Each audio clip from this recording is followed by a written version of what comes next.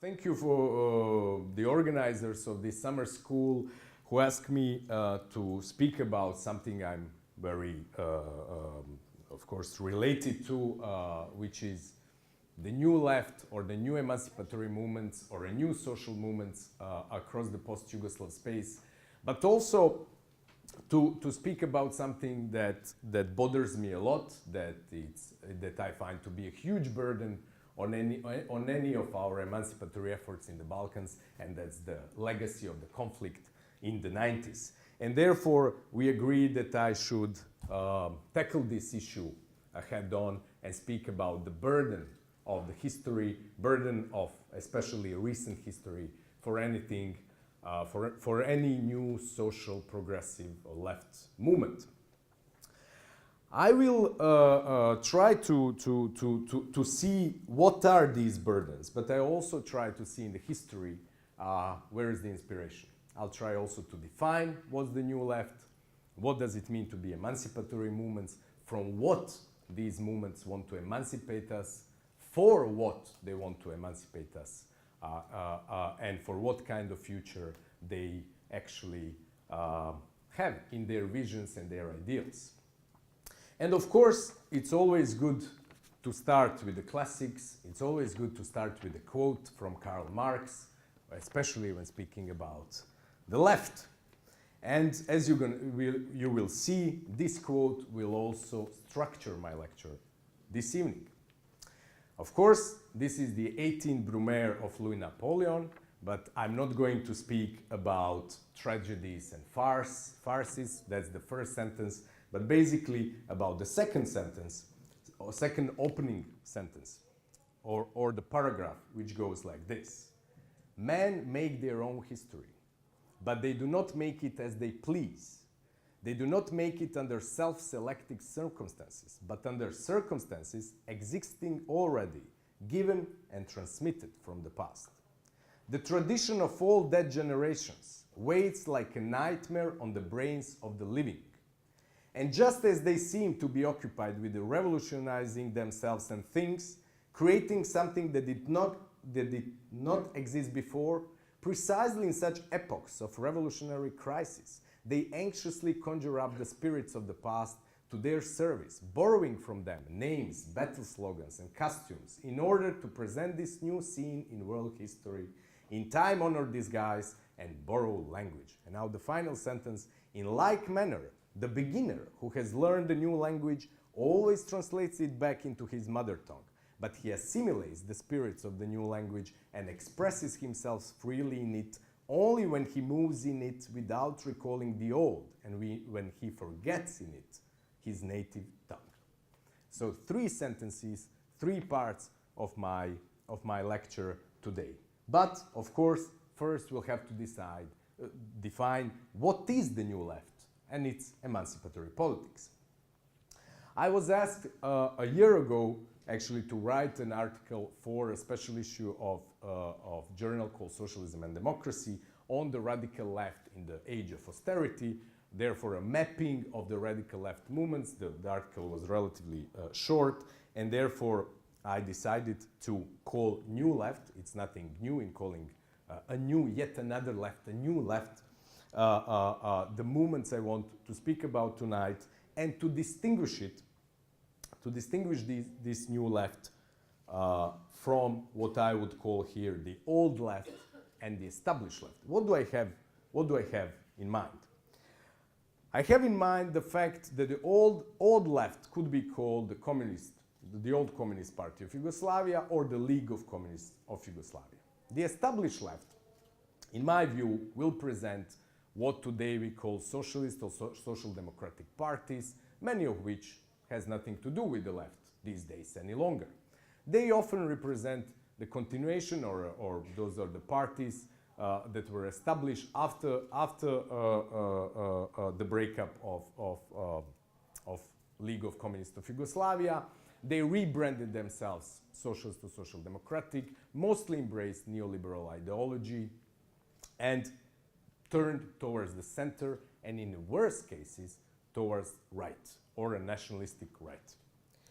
So you can see that there is a big space opening 4 new movements to fill it, and I believe that their actions do justify us to call them a new left, the new left. But maybe we can discuss this further on. The problem, of course, of this new left, and this is where the burden of history is that it comes after socialism, it comes after Yugoslavia, and it comes after conflict. So this is a post-socialist, post-Yugoslav, and post-conflict situation in which the forces that I will put under the umbrella of the new left operate. What actually would be these general characteristics of the post-Yugoslav new left? Well, one would be critique of electoral democracy, followed by experiments or advocacy of direct, participatory, and horizontal democracy. Another type of critique is the critique of the neoliberal capitalist transformation of the post-Yugoslav societies and the so-called transition, resulting in huge inequalities and massive unemployment and poverty. The third critique is the critique of the conservative, religious, patriarchal, and nationalistic ideological hegemony that accompanied and made possible this transformation or this so-called transition. However, they fight in defense of common and public goods, including natural resources and the remnants of socialist welfare state, against privatizations and profit-oriented exploitation. And finally, the new left is characterized by an internationalist approach to the post-Yugoslav and wider Balkan region, often coupled with an anti-nationalist and anti-fascist attitude. Now, not all formations that I'm going to mention today share all these characteristics, all these critiques, or these struggles, or these attitudes. However, they usually combine one or the other.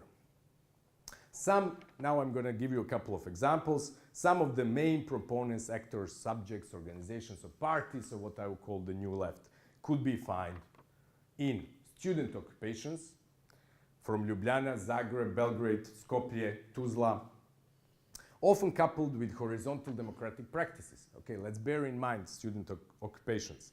The commons movements, including the struggle for urban commons, as you know very well here in Belgrade, natural commons and public space. Of course, from the Don't Drone Belgrade to the Right to the City in Zagreb, to the Surge is Ours initiative in Dubrovnik, or even the opposition to the devastation of the river Una in Bihać, which actually is, as far as I know, the only successful movement people there actually managed to stop the exploitation of the river Una. The plenum movement in Bosnia as the massive, though brief, political and social upheaval. Then protest movements and uprisings from Slovenia to Macedonia, mostly against corrupt political elites. Then occasional initiatives and actions such as recent movement of cultural workers in Croatia, for instance. Or some attempts at establishing political parties, such as United Left in Slovenia or a Workers' Front in Croatia. There are several, of course, NGOs, organizations, gatherings, and festivals explicitly declare as progressive and leftist. So this is pretty much the landscape and the actors. Of course, there might be some others that I did not mention, but I believe that more or less I mentioned the most important ones. Now the question is, of course, so what do they want? From what do they want to emancipate us? And there I would find three main things. One is that New Left wants to emancipate us from the shortfalls of representative electoral democracy as it is practiced in the post-socialist Balkans in general. Second thing, from exploitative capitalism, including continuous privatization, structural adjustments, and austerity measures. And then, finally, from hegemony of ethnic nationalism, including conservatism and religious undermining of secular state, as well as from the dangers of neo-fascism. However, in its attempts, of course, you might say that this new left is, in many of its characteristics, it's not different much from the left everywhere in the world. And this is true. What is also true is that every left has to face specific conditions where it operates. And again, this is where we come to the to the history as a burden, to the history as an obstacle, and even a nightmare for the post-Yugoslav new left. And this means coming after Yugoslavia, after socialism, and after conflict. Now, in the part when I'm going to discuss history as a burden, I will, of course, come back to the first sentence of the paragraph from Marx. And let us repeat then the first sentence as a motto for this section. Men make their own history, but they do not make it as they please. They do not make it under self-selected circumstances, but under circumstances existing already, given and transmitted from the past. The tradition of all dead generations weighs like a nightmare on the brains of the living.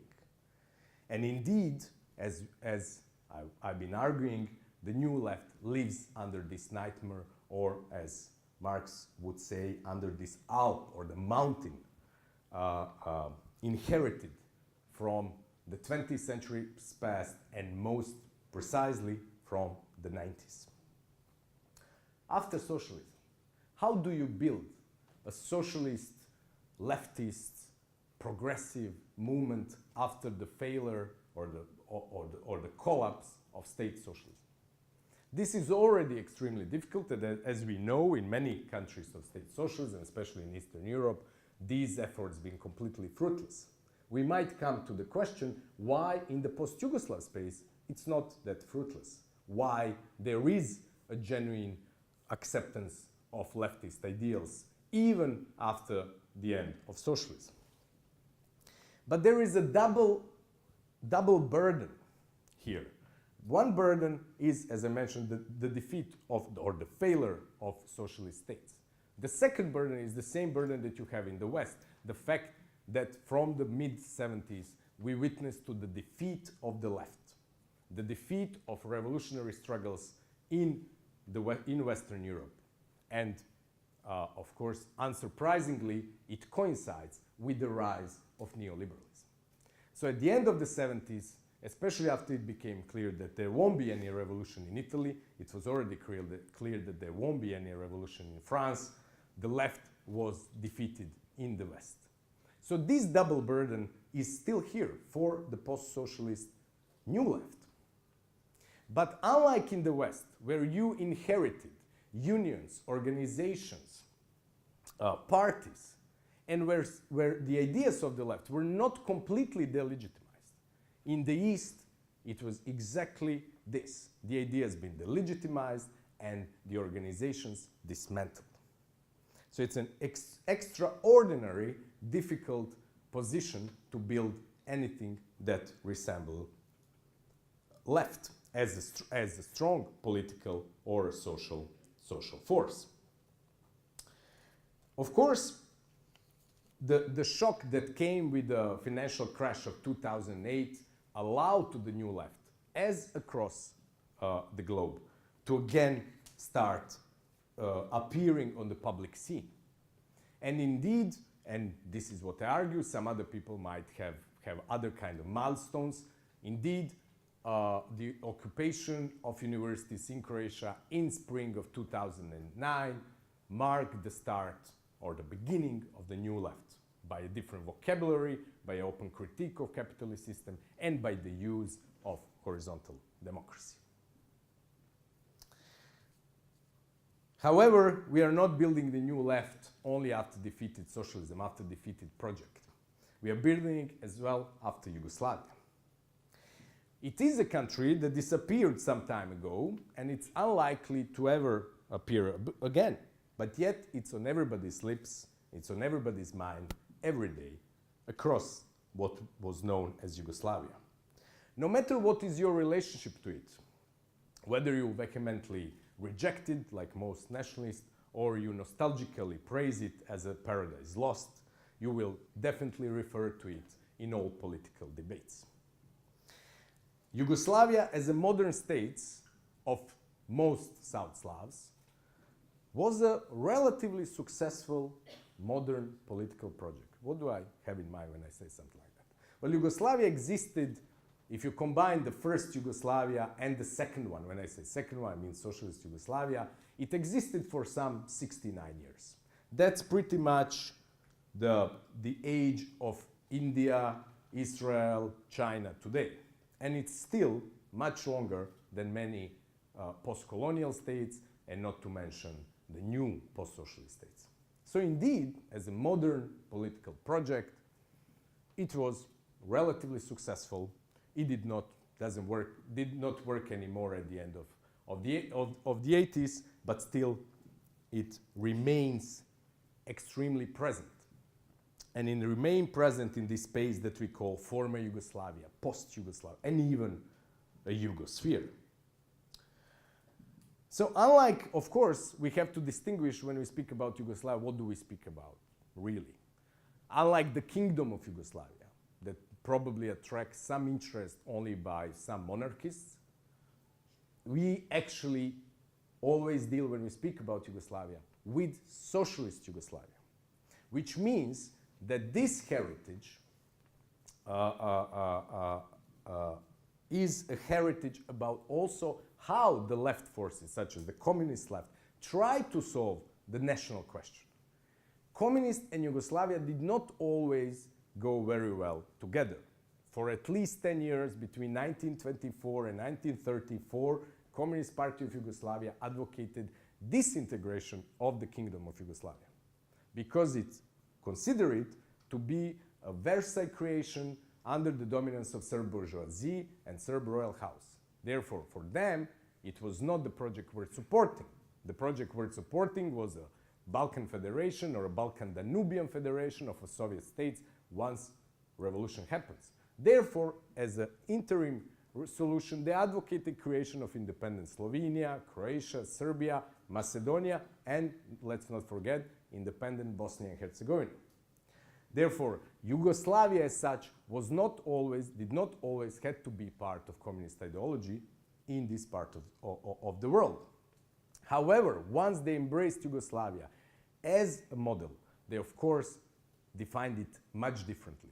They defined it as a socialist and as a federal state, meaning that solution to the national question meant recognition of national differences within a federation of basically national states. That meant that to build socialism, at the same time building socialism meant also solving the national question that was supposed as such to disappear once the socialist society comes about. The question, of course, for the new left, how do you relate to this heritage? And how do you relate to the question to the national question? And I would argue that there cannot be ethno-national left. There's no such thing as ethno-national left. Maybe you can convince me otherwise, but I can hardly imagine ethno-national left. The left can operate within states as they are. Again, those are circumstances imposed on you. The left can operate at the level of EU. The left can operate at the level of states as they are, but it will always tend to transcend them. And in all its action, it will always try to transcend national or state border. Therefore, it will always be internationalist, and in the context of the Balkans, it has to be regional.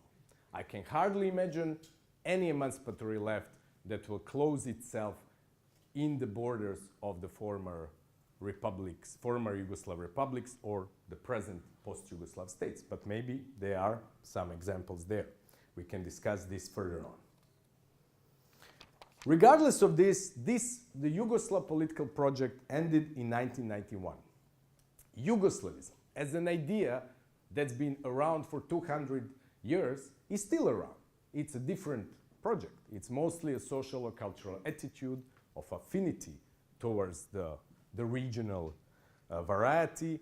It is affinity based on shared history, shared culture, shared language, and it will not go away, regardless of Yugoslavia as a political project. However, Yugoslavia did not disappear just like that. Did not disappear like Czechoslovakia, which disappearance was orchestrated by political elites of Czech Republic and Slovakia against the wishes of the population that was not so much in favor of the breakup. Unfortunately, it happened through conflict and through war. And therefore, this is the hardest part, for me at least tonight, to speak about how do you build a new left after 130,000 people being killed. How do you do that? So therefore, we live in a very thick shadow of all these failures. And then, of course, we have to be ready to address this question. There have been wars, there have been genocidal practices aimed at destroying entire communities. There have been massacres, there have been killings, ethnic cleansings, concentration camps, forced deportations, mass rapes, generalized ethnic discrimination. So this is all part of the heritage with which this is indeed the nightmare on the brains of the living, as Marx would say, or on the brains of us surviving. All these practices that I mentioned basically had one goal: to create on the territory of the former Yugoslavia political communities that will be defined by ethno-national belonging. So it means that anything ethnically impure had to be rejected. And for that, the old methods is being used. You either expel someone, send him to exile, or to the grave. There were two other options. One was of invisibility of the difference. And indeed, many people accepted invisibility, to assimilate into the majority culture, to deny your different ethnic, religious, cultural origins, to become one of the majority. There was, of course, another way, and this happened after the war, ethnocentric migrations, that if you survive all these things, then you basically go to live again with your ethnic majority. However, and I spent some time researching citizenship regimes in the former Yugoslavia, and there was an invisible violence in the creation of citizenship laws, but especially in administrative practices. All these things I'm telling you basically come to the one very simple point, which was the goal of nationalist dissolution of Yugoslavia, to destroy any type of civic solidarity in the name of ethnic solidarity, and to basically, regardless of internationally recognized borders, establish strong 90% or more ethnic majorities in the countries, in the states, in the post-Yugoslav states. If this was not successful at the state level, such as in Bosnia, then you do it at the sub-state level.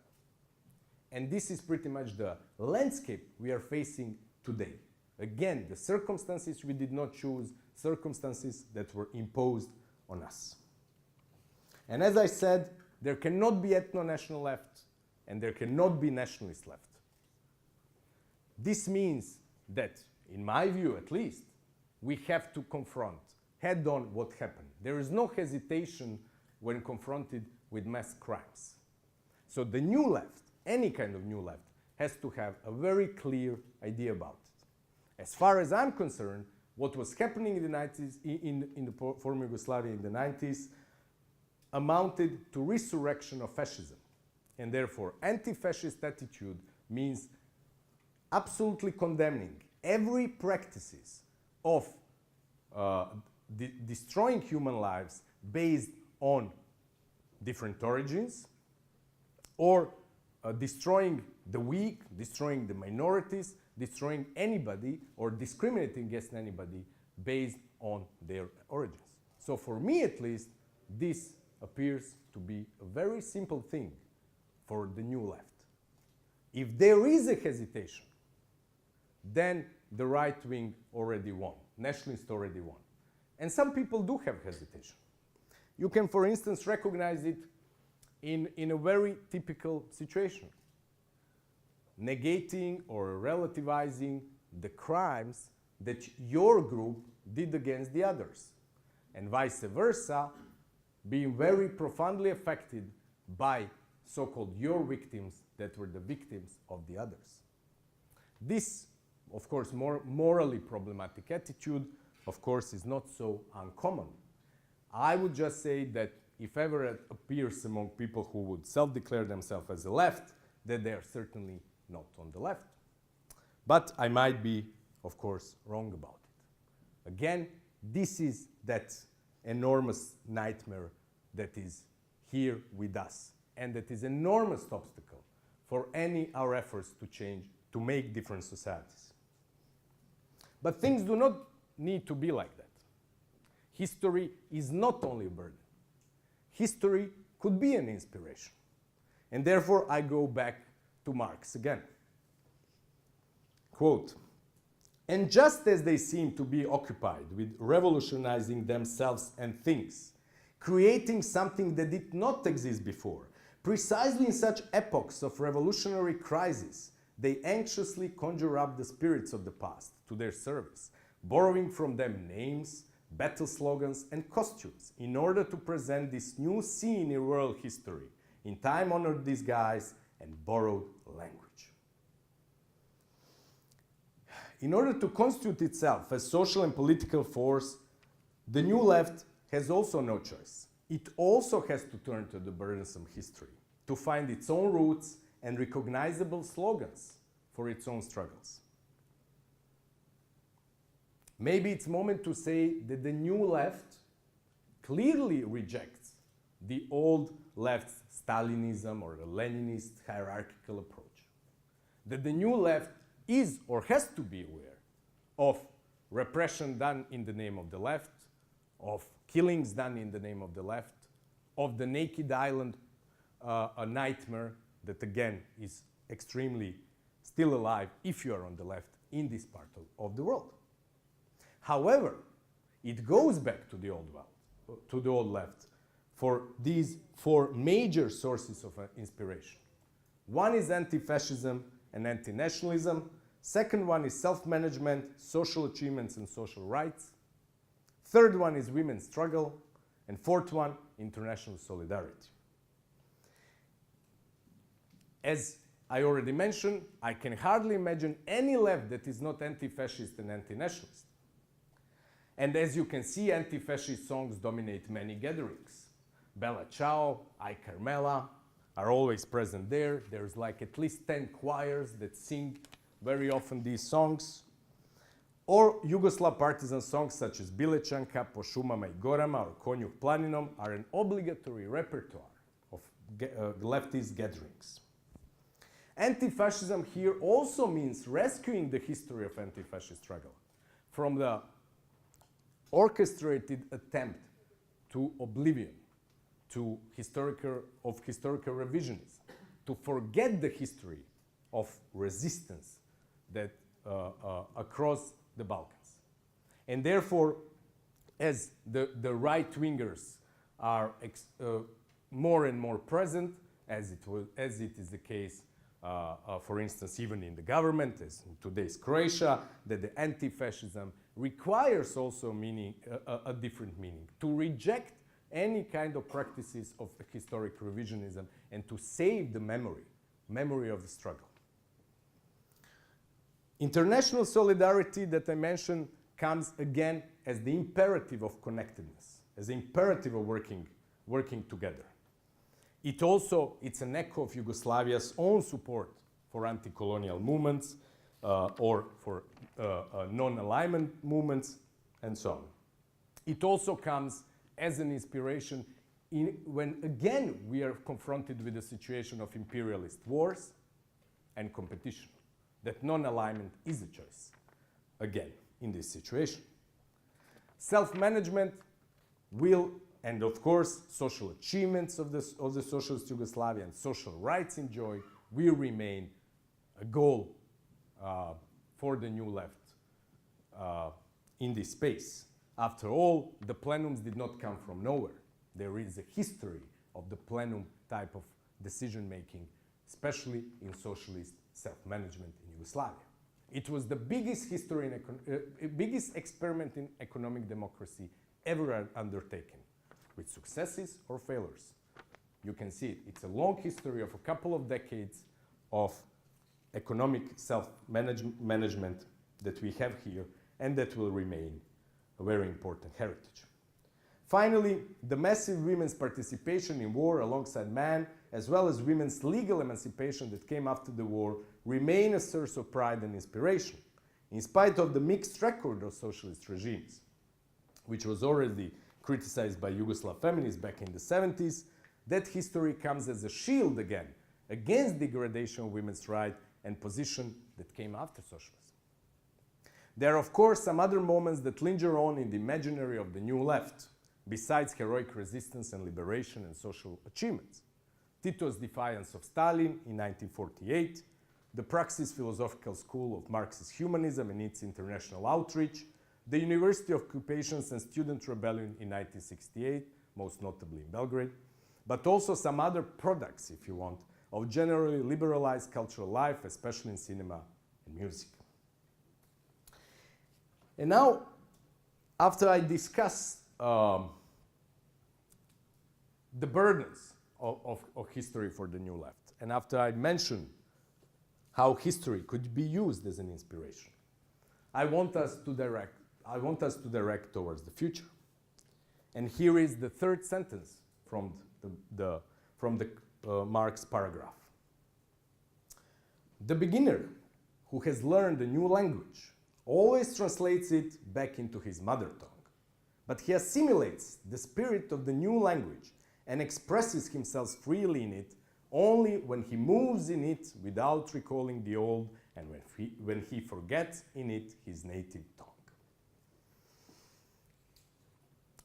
In the introduction to my lecture, I mentioned from what the new left wants to emancipate us. Yeah? And now it's time to see for what the new left strives to emancipate. What is the project of the new left for which it struggles? But of course, let us first see what emancipation could be. And here I would understand it as a concrete attempts by citizens to emancipate themselves from the existing political and socio-economic system they criticize and protest against. Furthermore, they might challenge the current political regime by offering a new political model and thus creating a space for the appearance of new political subjectivities. In this respect, they do not only emancipate themselves from, but also, as we mentioned, for something. However, in order to define that something, the very content of their emancipation, they will also need to offer what I would call here an emancipation form. That form should embody the model we advocate and offer a concrete example of emancipation, no matter how limited in time and space. So this is not just a play with words, emancipation from, emancipation for, and then emancipation for. It involves indeed concrete attempts to show what we are fighting for, no matter if they are temporally limited or spatially limited. So the ideals of the emancipation, New Left wants to emancipate us for profound participatory democracy involving horizontality and new forms of delegation or representation, anti-capitalist economy based on sharing, even degrowth and ecological concerns. For the new left, all human rights concerns will be removed in true socialist society based on equality in rights, status, and wealth. These are the ideals, of course, of the contemporary left in the 20th century, as I mentioned, almost everywhere. The Balkan new left is additionally inspired by also some emancipation forms that we can find in our world today. So let me mention some emancipation forms that exist today, that are possible today, that are not part only of the leftist imaginary. Zapatista zone of good participatory governance in southern Mexico, Kurdish experiments in plenum democracy based on Murray Bookchin's theory and Öcalan's instructions, and alternatively called communalism or democratic confederalism. Occupations of squares and temporary horizontal democratic assemblies, struggles for free education, struggles for the commons, natural, urban, or cultural, workers' takeovers as expression of new self-management, some real utopia experiments within capitalism, such as self-managed Mondragon firm ethical banking experiments, and so on and so on. Or even complex institutional politics of Podemos and Syriza. The wish, of course, for emancipation from the exploitative capitalism and political oligarchies has been expressed in series of protests, from Maribor uprisings, Zagreb marches and protests, Bosnian plenums, the recent Belgrade marches and demonstrations against privatization and destruction of urban and public space, to the Macedonian anti-corruption protests and colorful revolutions that at the same time protest against urban destruction of Skopje and against the criminal regime in power. When it comes to the emancipation forms that can be found in the Balkans, one should look at three instances: student occupation and plenum democracy, Bosnian citizens' assemblies or plenums, and workers' takeovers.